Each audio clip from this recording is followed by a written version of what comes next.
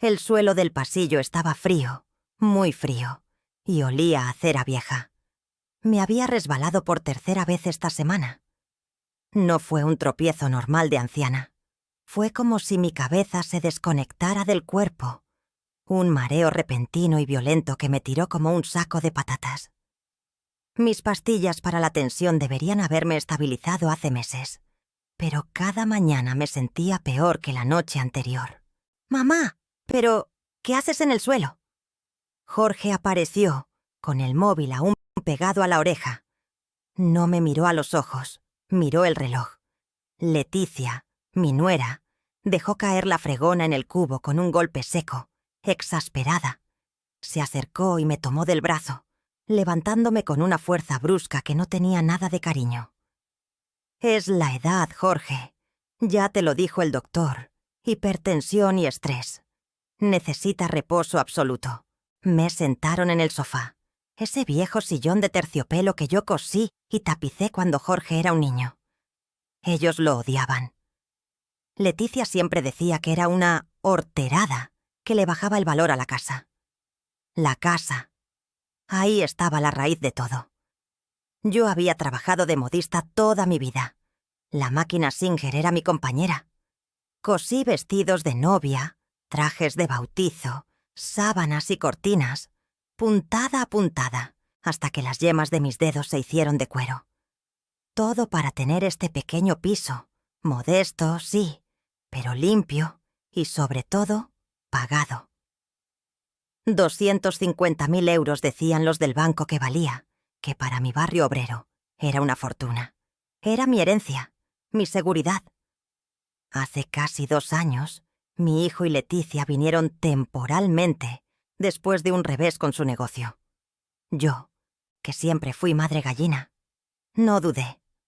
Les di mi cuarto de costura, el único espacio que era totalmente mío, para que tuvieran su propio dormitorio. Yo me mudé al salón, a un sofá-cama, asegurándoles que no era molestia. Pero la convivencia se volvió un desierto. Jorge se volvió una sombra, un hombre que evitaba mis ojos. Y Leticia, ella era una espina. Cuando mis mareos y la niebla mental empezaron, ella cambió. De repente Leticia se convirtió en mi enfermera personal. «Toma, Carmen, tómate esta tisana antes de acostarte. Es de hierbas, buenísima para los nervios». Ese fue el ritual que se instaló, la tisana humeante. Yo, obediente, la bebía. Pero tenía un sabor extraño. No olía a manzanilla ni a menta.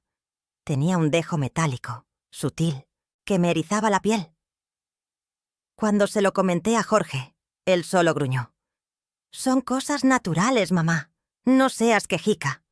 Y cada vez que Leticia me daba esa infusión, mis síntomas empeoraban. Sentía el corazón como un tambor loco y mi cabeza, una olla a presión a punto de explotar. La ancianidad es dura, claro que sí. Pero esta debilidad no era natural. Era demasiado rápida. Recordé una frase vieja, de mi abuela. «No hay peor ciego que el que no quiere ver». Y yo no quería ver lo que mis ojos empezaban a sospechar. ¿Cómo iba a sospechar de mi propia nuera? ¿De mi propio hijo? Una tarde me senté en la cocina, temblando.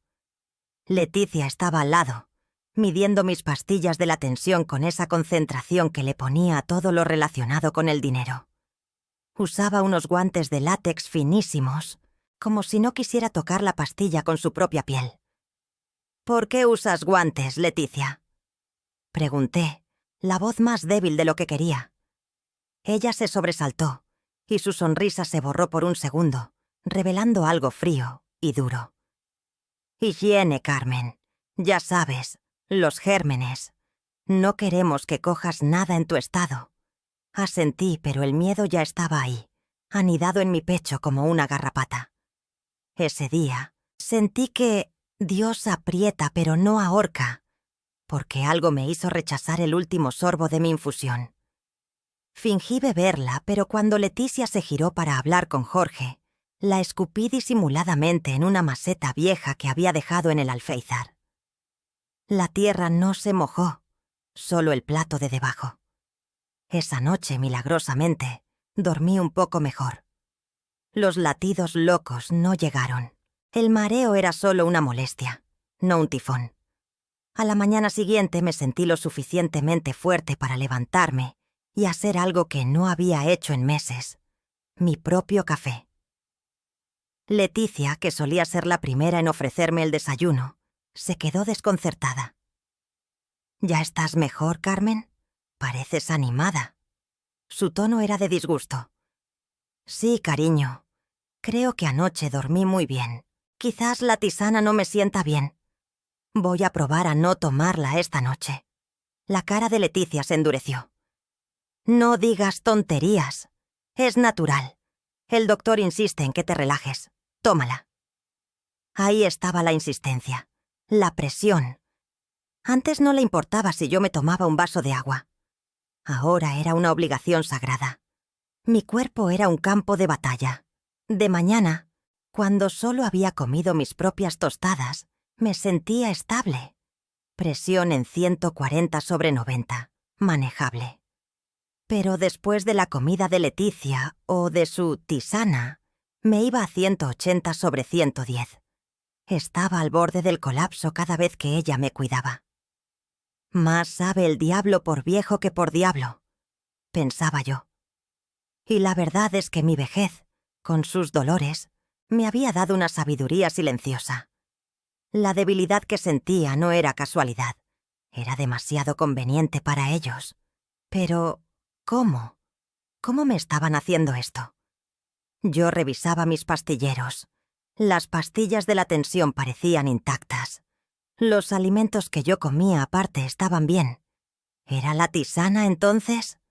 ¿O era mi mente la que se estaba rompiendo, como Leticia decía a veces en susurros a Jorge?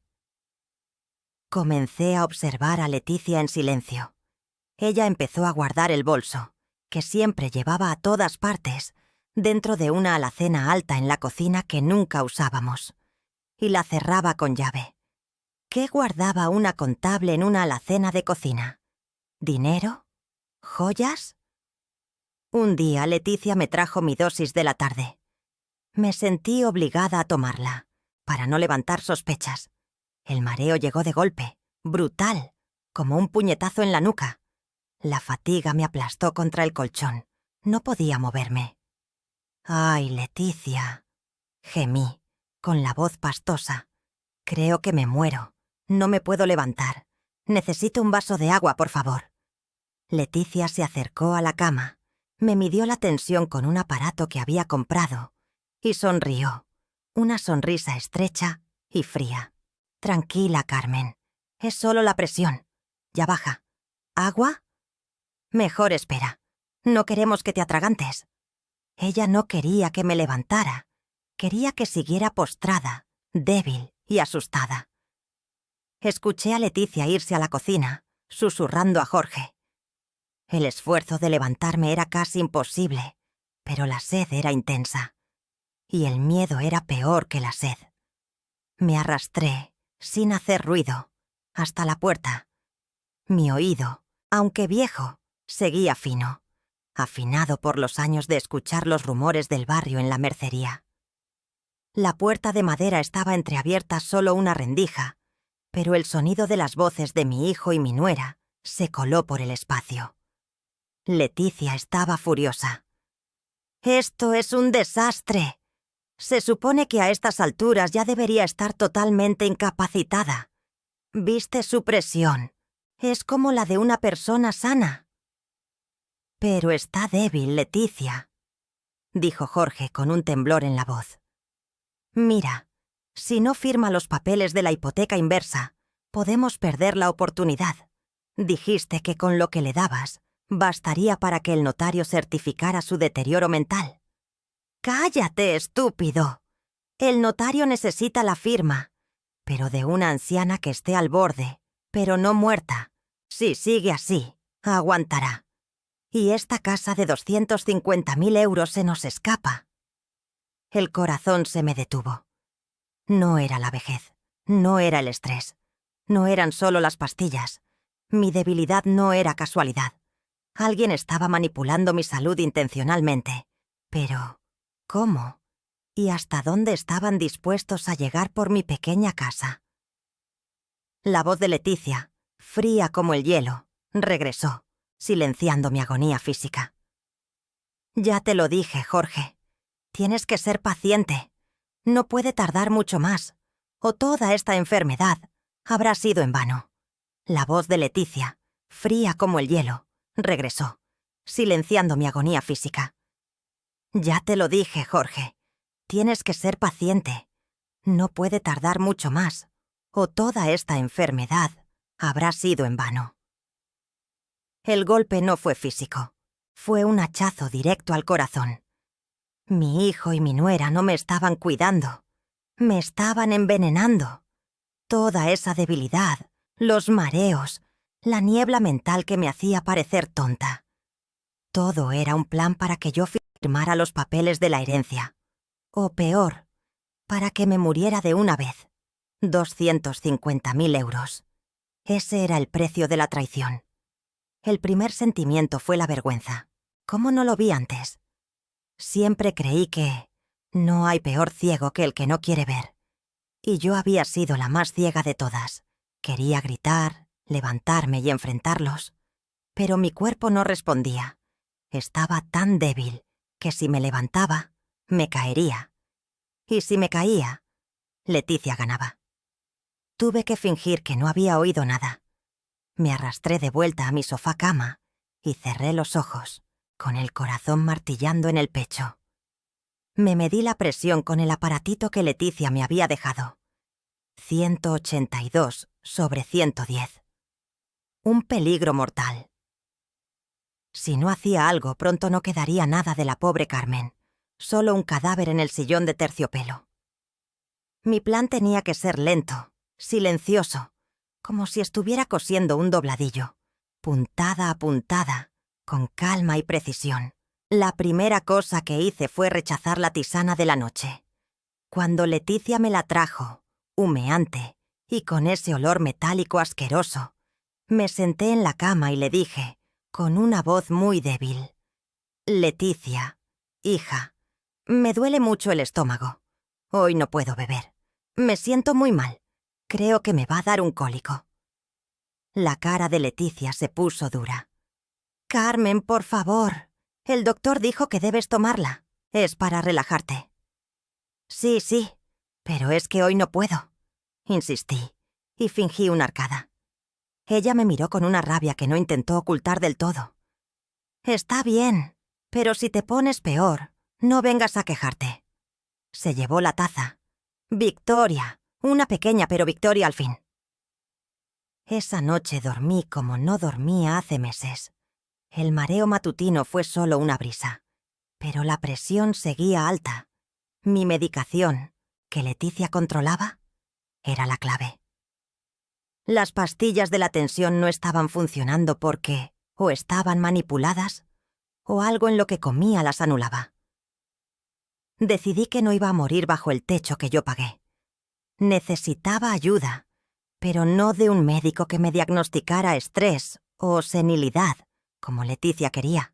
Necesitaba a alguien que supiera de venenos lentos y de males que no salen en las radiografías. Y pensé en Rosario, la señora del quinto. Rosario había sido enfermera en un sanatorio psiquiátrico durante 30 años. Una mujer dura, con el pelo blanco recogido en un moño que no se movía ni con un terremoto, pero con una sabiduría silenciosa. Leticia y Jorge la despreciaban. Decían que era una chismosa. Para mí, era mi última esperanza. Esperé hasta la hora del almuerzo, cuando Jorge y Leticia bajaron al mercado. Me vestí lentamente, el corazón latiéndome a 1000 por hora. Si me veían saliendo, todo se arruinaría. Me arrastré, usando las paredes como apoyo, hasta el ascensor. Cuando llegué al 5º piso, toqué la puerta de Rosario. Ella abrió y me miró de arriba abajo. Su rostro, generalmente serio, se arrugó en una mueca de preocupación al verme tan flaca y pálida. Carmen. Pero, ¿qué te ha pasado? Rosario, susurré, sintiendo cómo se me doblaban las rodillas. Me están matando. Jorge y Leticia me están dando algo. Rosario no se sobresaltó. Me hizo entrar en su pequeña sala, impecable, y me midió la tensión con un aparato profesional, de esos grandes, de brazo. 178/100. Estás en zona de peligro, Carmen. Tienes que ir a urgencias. No puedo. Si voy, Leticia dirá que estoy desvariando y me internarán. Necesito saber qué me dan y cómo pararlo sin que se den cuenta. Rosario, con esa calma que solo dan los años de ver lo peor del ser humano, me escuchó.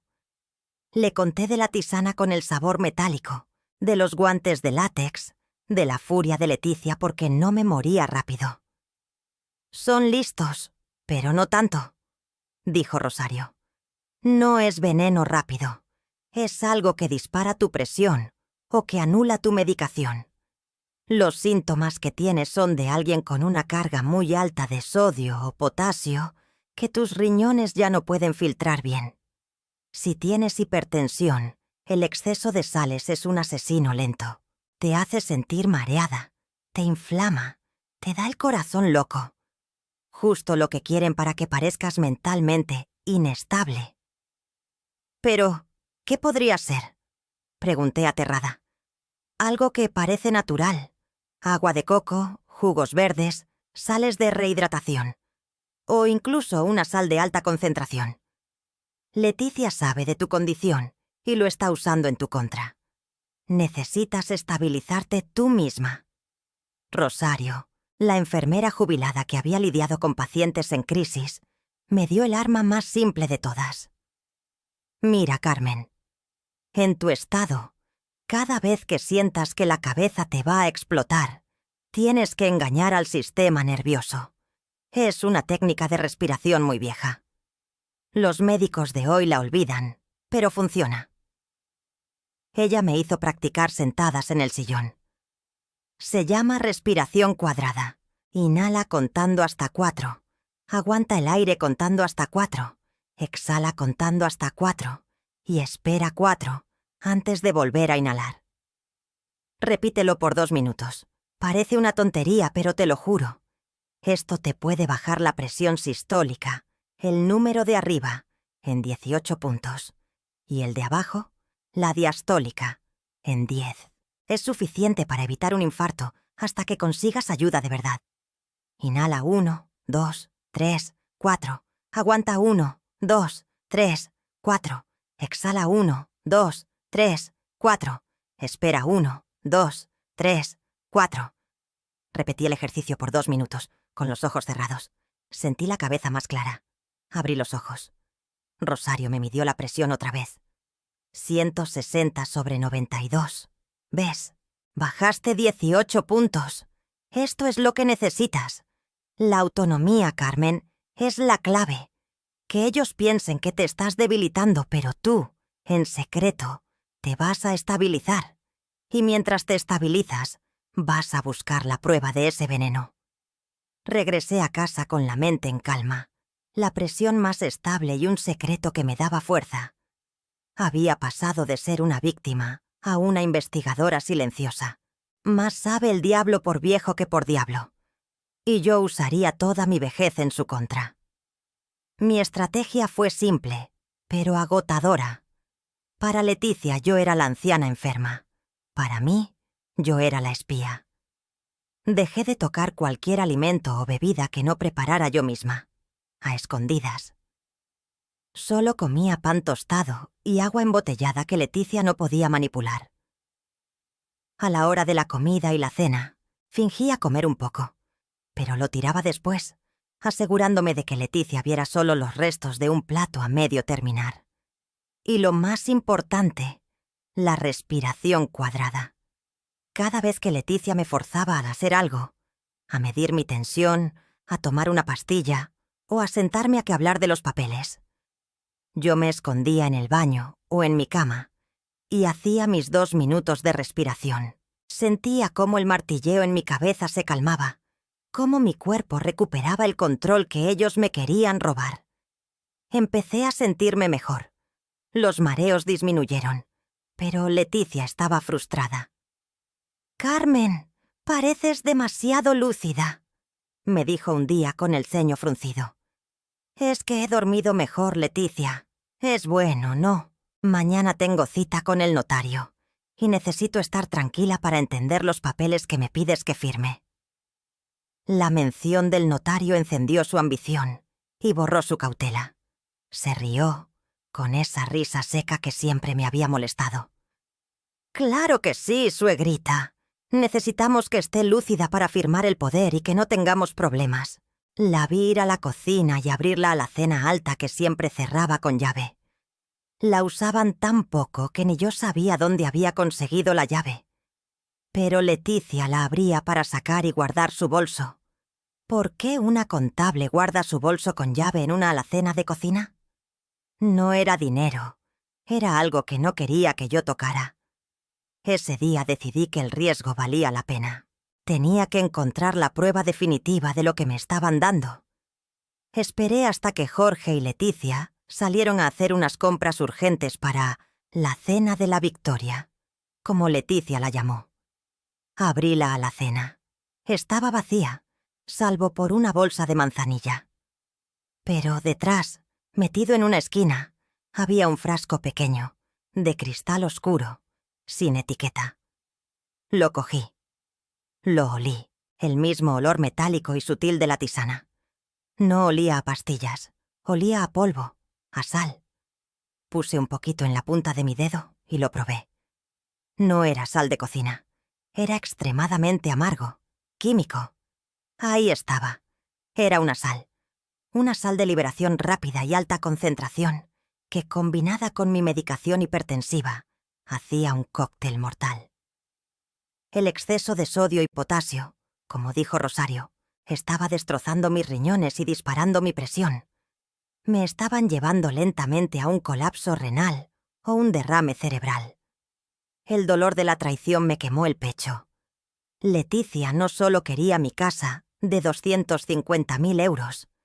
Quería verme morir lentamente, arrastrándome. Jorge lo sabía y lo permitía. En ese momento, oí la llave en la puerta. Volvían. Metí el frasco en el bolsillo de mi bata, cerré la alacena y me precipité hacia mi cama. Me tumbé y, por si acaso, me cubrí con la manta, cerrando los ojos. Leticia entró en el salón. «¡Ay, mírala! Está como un tronco. Mañana es el gran día, Jorge». «¿Crees que se dará cuenta?», preguntó Jorge nervioso. «No, estúpido. Si estuviera lúcida, no estaría acostada a las 5 de la tarde. Mañana firmará el poder.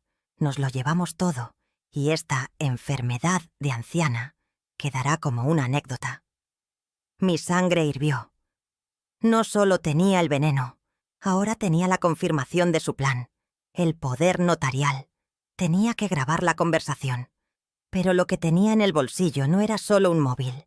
Era una prueba que valía una condena.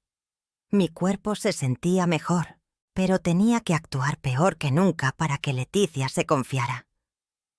Mi presión arterial había bajado a 142/88, gracias a la respiración y a que no bebía las infusiones.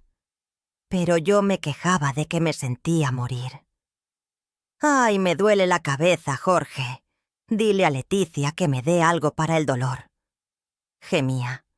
«Es normal, mamá. La presión», respondía él, con esa voz vacía de culpa.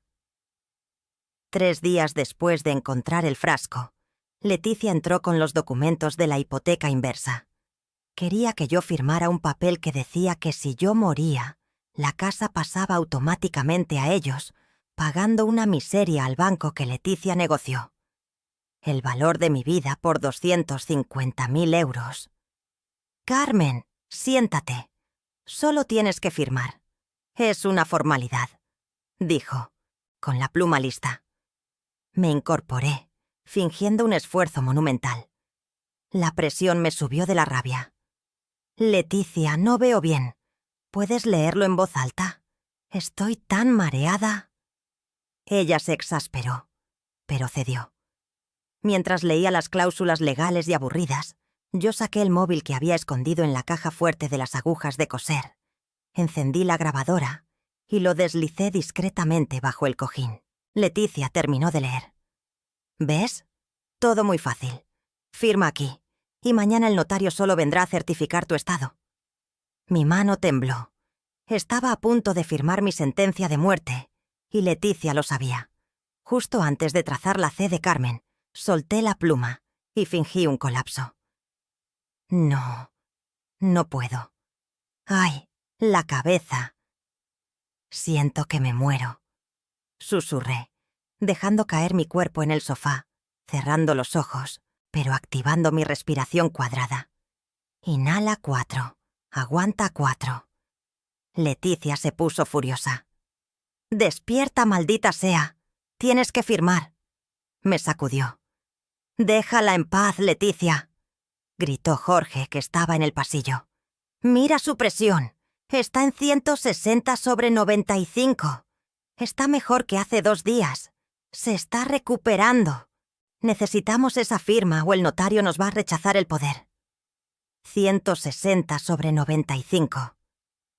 Esos números eran mi prueba de que mi respiración cuadrada funcionaba. Jorge se acercó, temblando. Quizás deberíamos esperar a mañana. Que descanse. Yo iré al notario. Le explico la situación. Leticia le interrumpió, su voz cargada de veneno. «No, Jorge.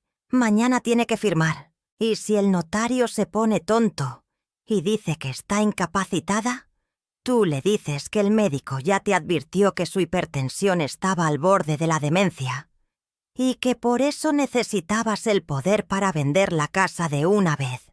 Si no vendemos rápido, el dinero de la herencia se nos escapa». Grabado. Tenía su confesión.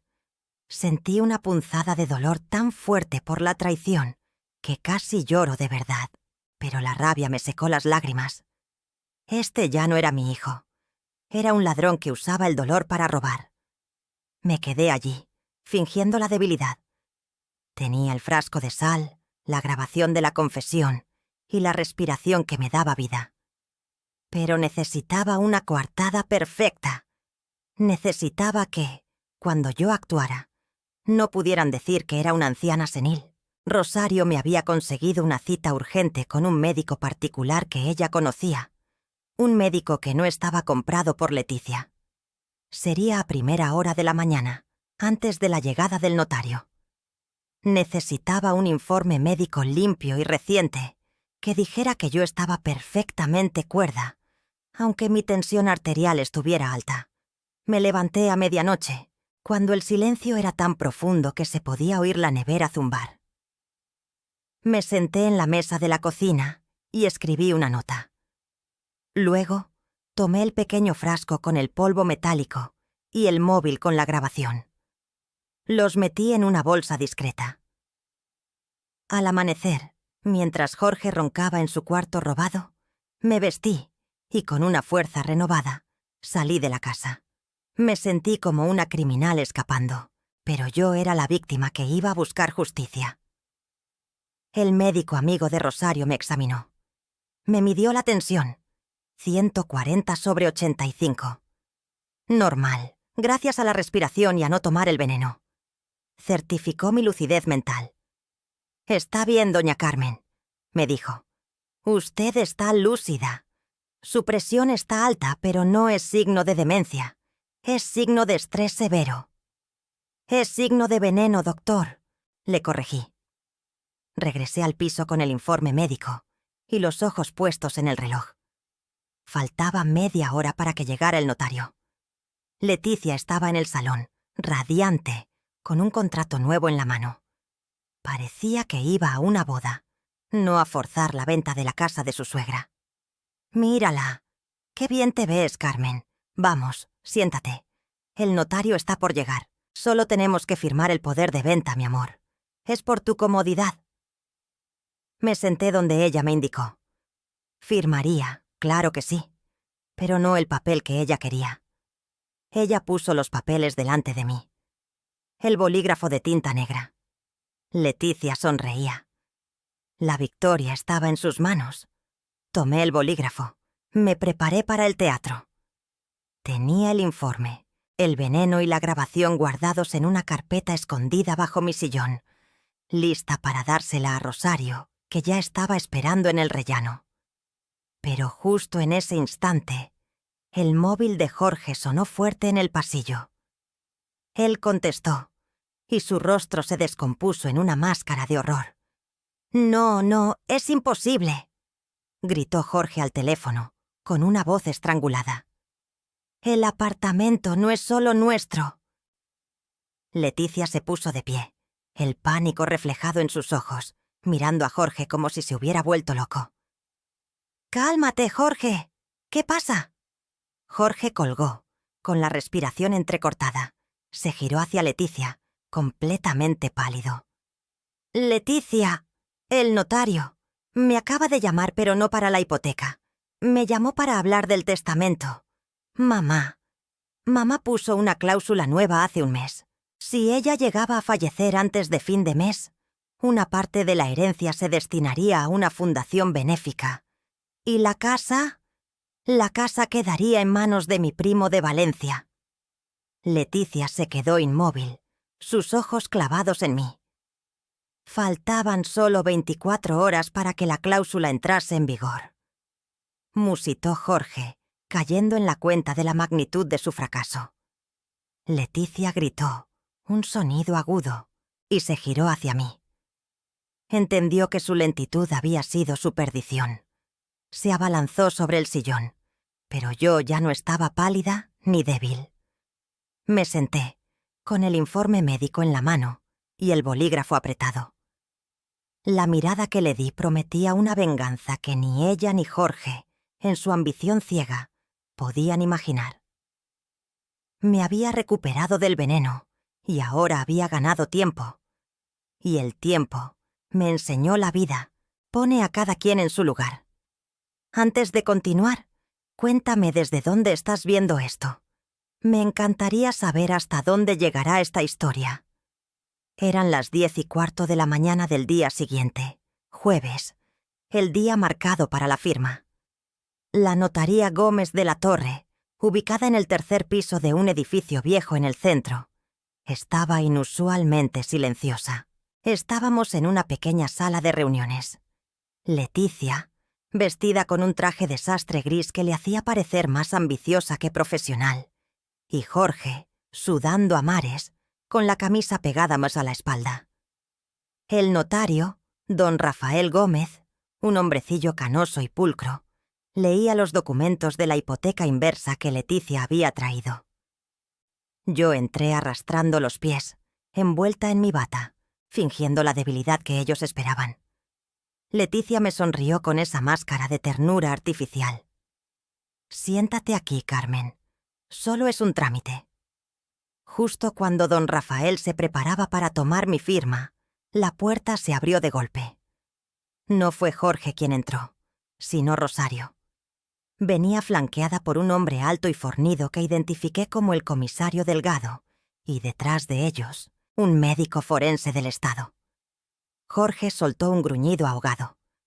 Leticia se puso de pie, su rostro pasando de la arrogancia al terror en un segundo. «Rosario, ¿qué significa esto? Esta vieja está desvariando, comisario. No tiene derecho», gritó Leticia, intentando ocultar los papeles de la hipoteca. Yo me enderecé en la silla. El golpe de la verdad debía ser tan fuerte como el golpe que me estaban dando día tras día.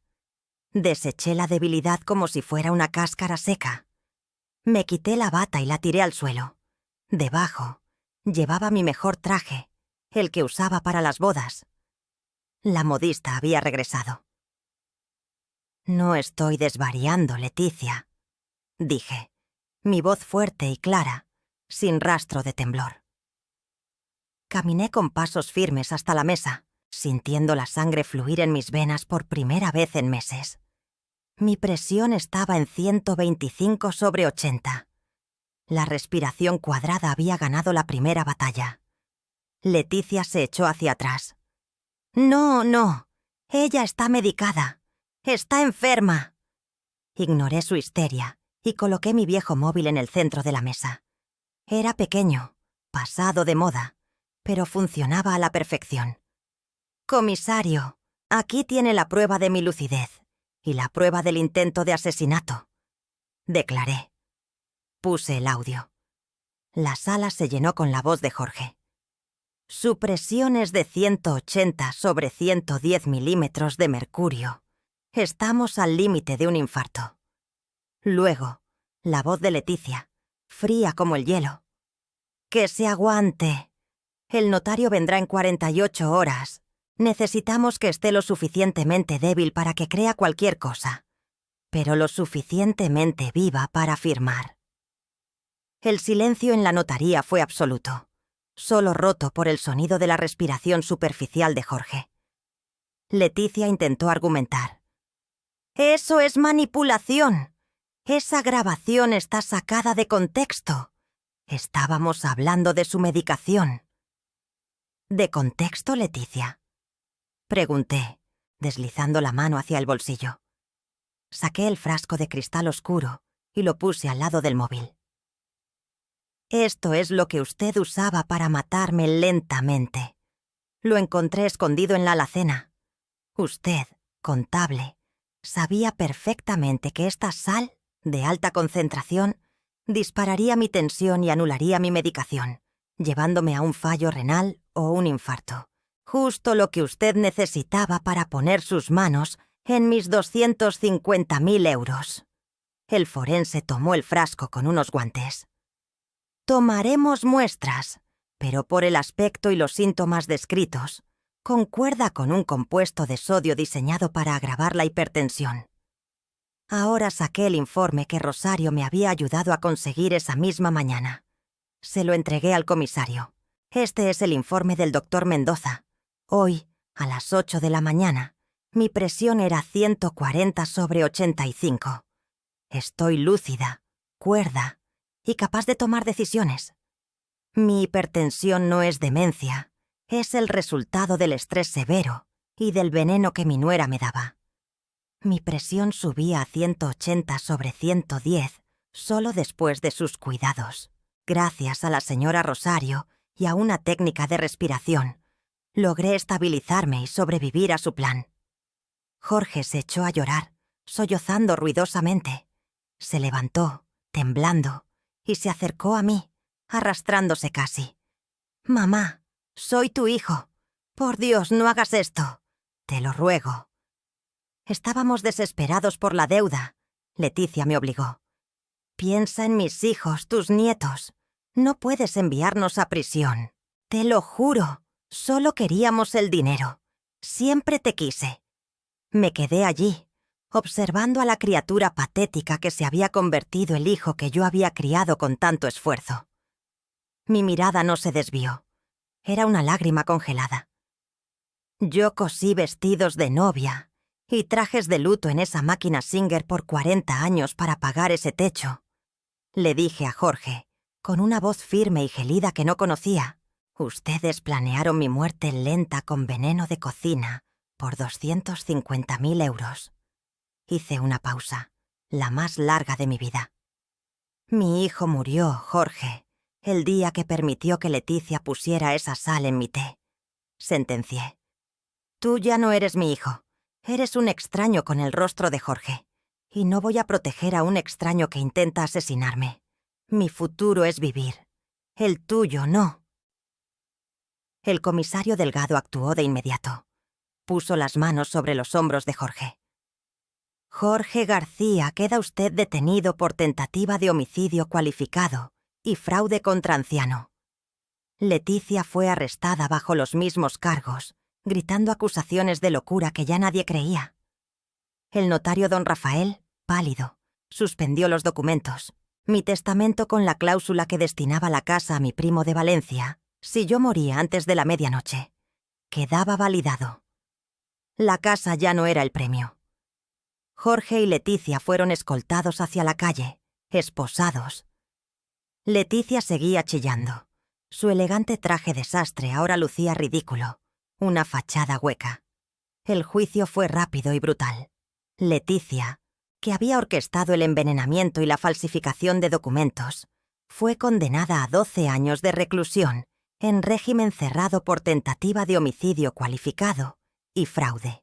Perdió su registro como contable profesional y fue obligada a pagar una indemnización de 300.000 euros por daños morales y físicos, una suma que jamás podría cubrir. Jorge, por su complicidad pasiva y omisión de socorro, fue condenado a 5 años en régimen semiabierto. La vergüenza fue la peor condena. Toda la familia cortó lazos con ellos. Mis nietos se quedaron con mi primo de Valencia, protegidos de sus padres. Jorge y Leticia pasaron de ser una pareja ambiciosa a ser nombres repudiados, cumpliendo condena en penitenciarías separadas, sin derecho a visitas familiares. 2 años después de aquella mañana en la notaría, mi vida es completamente diferente. A mis 72 años, he renacido. Vendí el piso de 250.000 euros a mi primo de Valencia, quien me ofreció un precio justo. Con ese dinero, más la indemnización de Leticia, que, aunque simbólica, me dio un colchón, compré un apartamento más pequeño, luminoso y tranquilo, donde solo entra la gente que me quiere. Mi salud es un milagro. Mi presión arterial, que antes estaba en 180/110, ahora se mantiene en un saludable 120/85. No necesito la medicación que Leticia saboteaba. Perder el estrés me hizo perder 14 kilos. La respiración cuadrada, que me salvó la vida, no fue solo una técnica, fue mi arma. Y ahora es mi misión. Con la ayuda de Rosario, que ahora vive conmigo y es mi mejor amiga, fundé un pequeño grupo comunitario en el centro de día del barrio, al que llamamos el Círculo de la Respiración. Todos los martes por la tarde, unas 15 o 20 abuelas del barrio se reúnen en mi terraza para aprender la técnica. Rosario da la parte clínica, yo doy la parte de la experiencia. Les explico. Cada vez que inhaláis en 4, aguantáis en 4, exhaláis en 4 y esperáis en 4. Le estáis diciendo al cuerpo que vosotras tenéis el control. No es medicina, es soberanía. Una de las abuelas, que también tenía la presión en 170, me dijo la semana pasada: «Carmen, mi hija me quería internar porque decía que me olvidaba de las cosas. Ahora respiro y me acuerdo de todo. Me salvaste de un asilo». Me emociono cada vez que lo escucho. Leticia quería que yo muriera sola y débil, pero al intentar robar mis 250.000 euros, me obligó a encontrar mi fuerza, mi propósito y mi comunidad. Rosario me trae un café que huele a canela, no a metal. El sol entra por mi balcón nuevo, iluminando la pequeña máquina de coser que ahora uso para hacer solo cosas bonitas para mis nietos. Ellos querían que mi último aliento fuera un grito de agonía. Yo les di 2 años de trabajo, una nueva vida y una voz. La justicia no es solo ver a Leticia y a Jorge en la cárcel. La justicia más completa es la que se alcanza con una respiración controlada, un cuerpo sano y la valentía de negarse a morir. Y si te quedaste conmigo hasta el final, déjame un comentario contándome qué te pareció la historia y qué tipo de historias te gustaría leer más. Muchas gracias por estar aquí. Hasta la próxima historia emocionante.